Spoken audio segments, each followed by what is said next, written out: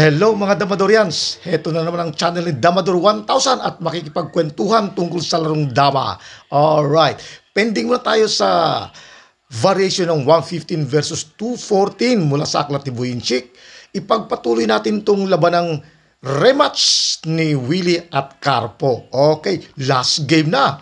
Game 7. Tingnan natin kung sino ang mananalo. Kapag nanalo si Carpo, ibig sabihin, tabla ang desisyon ng kanilang rematch. Pero kapag tumabla, panalo si Willie. Pagka nanalo si Willie, lalong panalo. No? Dahil ang kanilang score ay 2 panalo si Willie at 1 panalo kay Carpo. At may 3 tabla. Kaya kapag nanalo si Carpo, tabla ang desisyon. Okay? So, bago natin umpisahan, shout out muna. Alright! Shout out kay Ralph Pilodar. Yes. At shoutout din kay Ferns Silvano. Yun. At shoutout din kay Nelson Hermosilia. Yes. At shoutout din kay Jofel Suliano ng Lapu-Lapu City. Okay. At shoutout din kay Lolong Espina ng Kiblawan, Davao del Sur. Yun. Alright. Wag na natin patagalin. Pero may shoutout pa uli mamaya. Alright. Okay. Simulan na natin ang rematch ni na Willie at Carpo. Okay, game 7 or last game. Okay, so unang sulong si Willie. Eto.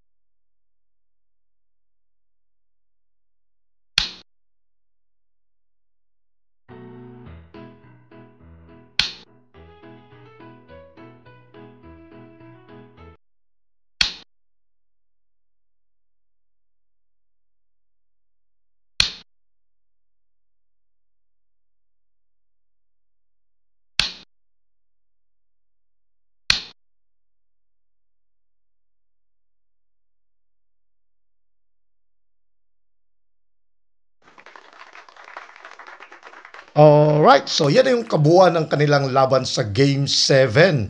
Ha? Sa Game 7, tabla ang kanilang naging resulta. Kaya dahil nakatabla, so sa kabuuan, panalo si Willie. Dahil ang score ni Willie, 2 panalo, score naman ni Carpo, 1 panalo, at may 4 na tabla. Kaya sa kabuuan, panalo si Willie. Okay, dahil Game 7, lamang si Willie ng 1 panalo. Ang score 2-1. Okay. So, balik na naman tayo sa puzzle. Okay. Puzzle na may kasamang challenge.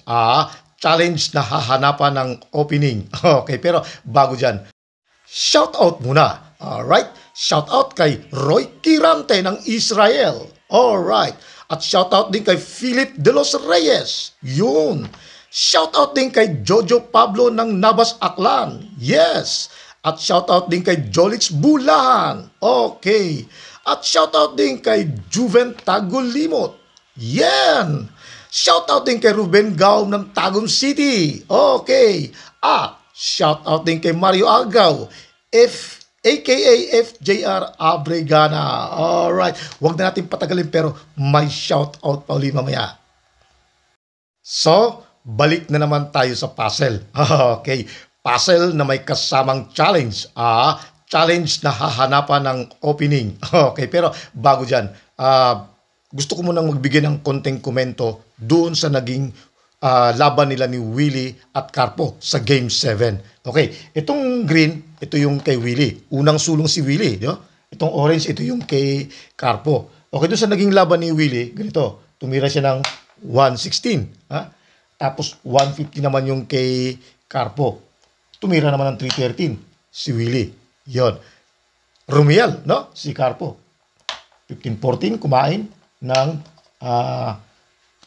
216. Kain din ng 414. Yon. Pagkatapos tumabi si Willie, 16-13. Doon. Yan. Nag 5-1 naman si Carpo. Diyan. Tapos tumira naman ngayon si Willie ng 5-1. Nag 9-5 naman si Carpo. Dito. Yan yung labanan nila kanina, di ba? Nag 9-5 din si Willie. Yan. Ngayon, dito sa ganitong formada, nung pagtira ng 9-5 ni Willie, dito ako nabaguhan. No? Kasi, pag tinignan mo doon sa libro ni Gusting, ang tinira ay 116. Pero kay Willie, ang tinira niya, 9-5. No? So, ibig sabihin, nagkaroon pala to ng another way nung libro ni Gusting. Okay, so masasabi natin na version ito ni Willie. Dahil wala pa ako nakitang ibang libro na ganito yung opening.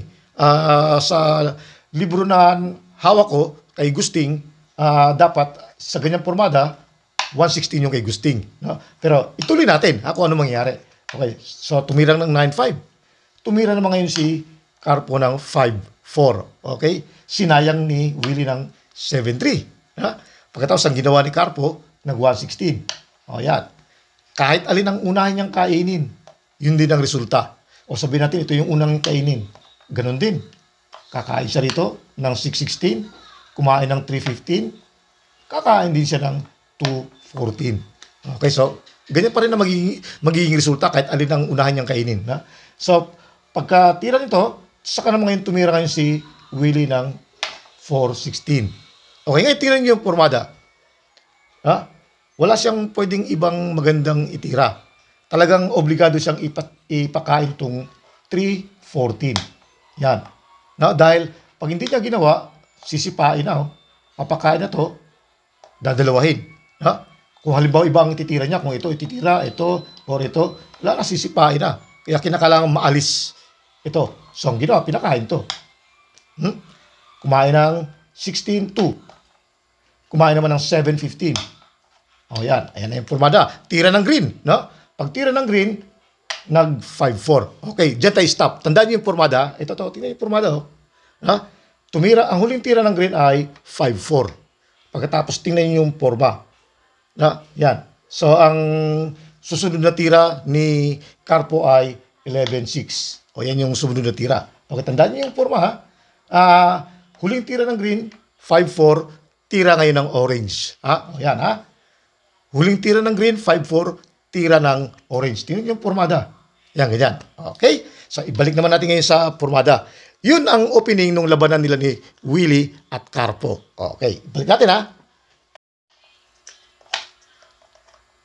Okay, ayan na, nakaayos na. Ngayon, ang ipapakita ko naman ngayon ay yung opening na gawa naman ni Gusting. Tingnan natin yung konting kaibahan. Konting-konti lang naman ang kaibahan. Pareho din ang opening sa 313. Okay, kay Gusting, sa libro ni Gusting, ito, tumira yung first move ng 313. Ito yung dala ni Willie dapat, no? Pero sa libro ni Gusting, ganito naman. Tumira ng 313, tapos sumagot yung kalaban ng 115. Medyo pareho lang, no? Iniba lang yung pagkakauna. Tumira ng 116. Yan, ganon. Siyempre, nag-real. Pinakain yung 15-14. Kumain naman ng 216. Tapos kumain ng 414. Yan. Saka naman ngayon tinabi, no? 16-13. Yan. Doon kay Carpo, ang tinira ay 5-1. Di ba? Kay Carpo. Sa libro ni Gusting naman, ang tinira ay 3-14. Yan. Pag tira ng 3-14, saka naman tumira ng 5-1. Okay. Siyempre sa ganyang pormada, maraming variation yan. Pwedeng tumira ng 14-16. Pwedeng mag 5-1, pwedeng 6-1. Yung gano'n ng mga variation. Pero sabihin natin na ang tinira ay 5-1. Yan. So sa libro ni Gusting, ang tinira naman ay 116. Okay. So sa ganyang pormada, marami ding variation yan. Pwedeng mag 115, pwedeng mag 95, pwedeng 83, yung gano'n, no? Ngayon, ang tinira, sabihin natin ang tinira ay 116. Yan. Pagkatapos pinakain to, kumain naman ng 616. Okay. O, tignan nyo sa ganyang pormada, no? Sa ganyang pormada, siyempre, bawal lang itira yung 95. To. Yan. Pag tinira yan, lanse. Matatalo yung green, no? Kaya hindi niya pwedeng itira yung 95 kasi ang gagawin niya, titira ng 215. Pagkatapos, saka titira tong 14-3. Kakain ng 3.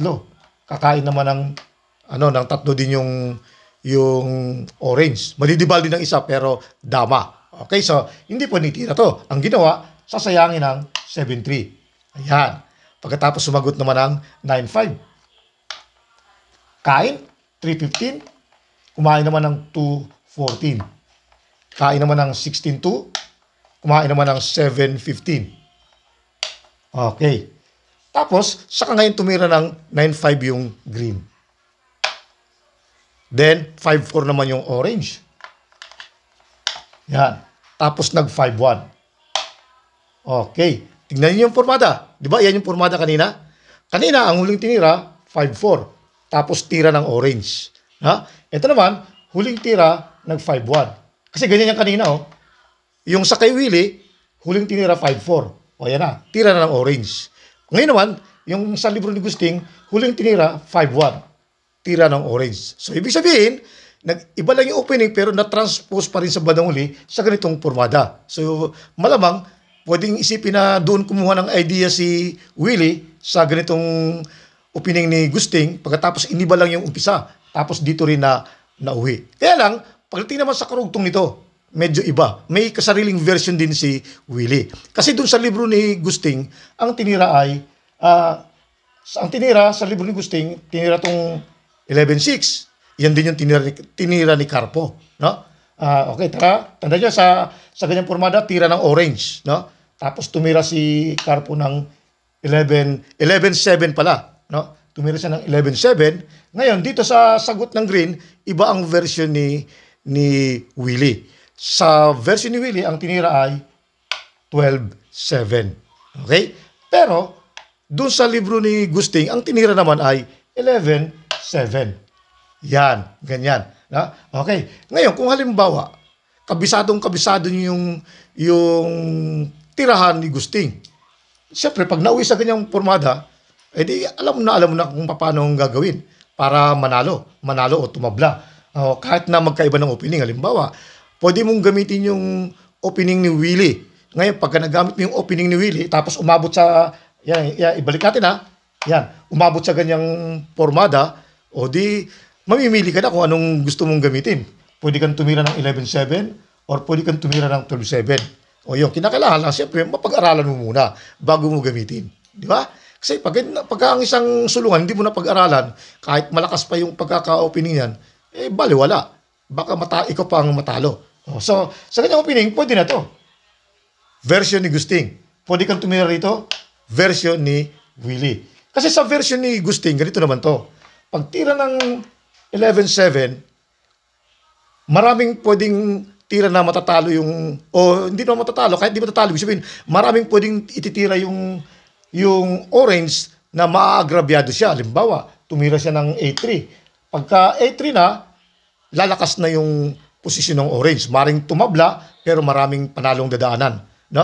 Okay, so halimbawa, pag tumira ng A3, dito na kagad to. Yan, ganyan. Ang tirada.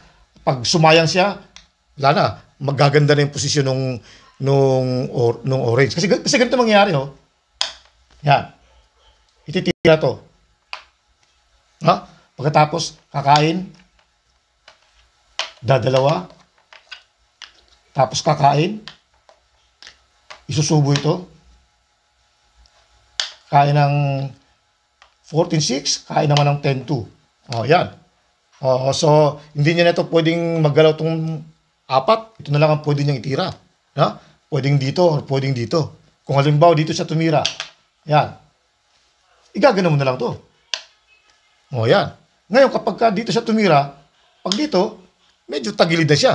Dahil dito mo lang siya ititira. Pag tira mo ng 2-14, wala siyang ititira. Oh. Ano pang pwede niya itira? Pag itinira niya to, kakainin. Pag itong itinira niya, siyempre, dito kakakain para lugi silang isa. Pag tinakpa naman niya, kakain ka rin doon. Ngayon, kung halimbawa naman, hindi yun ang tinira. Balik natin, ha? Ito, balik natin yan. So, ito dito. Yan. Kung halimbawa naman na hindi siya nag-6-1, kung ang tinira niya ay 6-2. Pag nag-6-2 naman, di papakain mo lang ito atras. Yan. Pag kain niyang atras, pagkatapos, kakain dito. So, lamang na lamang yung green. Kung halimbawa tumira siya dito, di sasayangin mo na lang. No? Wala siyang pwedeng ibang gawin kundi umiwas. Dahil wala siyang pwedeng ipitir. Pag itong tinira niya, dadalawahin. Pag tinakpa naman, kakain naman ng ganun. Di ba? So, ang gagawin niya, iwas lang. Pagkatapos, ang gagawin mo naman, pupunta ka na rito. Lamang na, didiretso na doon. So, ganun ang mangyayari kung yung version ni Gusting ang gagamitin mo. Pero kapag ang version naman ni Willie ang gagamitin mo, siyempre, hindi yan mauwi sa ganyan. Iba rin ang pupuntahan. Kaya dapat, kinakailangan, alin man doon ang gusto mong gamitin, dapat napag-aralan mo na. Kung halimbawa, kung gusto mong gamitin yung kay Gusting, dapat napag-aralan mo yung lahat ng pasikot-sikot ng kay Gusting. Kung gusto mong gamitin yung kay Willie, dapat alam mo rin kung ano yung mga pasikot-sikot ng kay Willie. Na dapat kung magkahirapan, alam mo yung panabla. Yun kasi yung importante. Sa larong dama, ang pinaka-importante yung panabla. Dahil merong mga style ang mga damista na titira sila ng mahirap. Yung kung titingnan mo, critical yun sa kanya. Pero alam niya yung tablahan. Ganun. Kasi meron kasing mga critical na tira na kung saan nandoon yung mga gandang lanse. No? Mapapansin yan. Kung alin pa yung mga critical na tira, may mga sekretong lanse pala. Kaya lang, pag naiwasan yung lanse, mukhang, kung titingnan mo, mukhang tagilid na siya. Pero yun pala, may panabla. Alright. So, yan lang ang masasabi ko tungkol dito sa naging labanan nila ni Willie at Carpo. Okay? So, doon na tayo sa puzzle na may kasamang challenge. Challenge na hahanapan ng opening. Pero bago dyan, shout out muna. Okay? Shout out naman natin yung mga vlogger ng YouTube. Gaya nitong Pinoy Dama TV. Yes. Shout out din sa Pinoy Dama Channel. Yun. At shout out din sa Larry Dama Puzzle. Okay. Ito palang si Larry Idol. Nagba-vlog na rin pala. Shoutout din sa Dama Maestro. Yun. At shoutout din sa Dama Idol TV.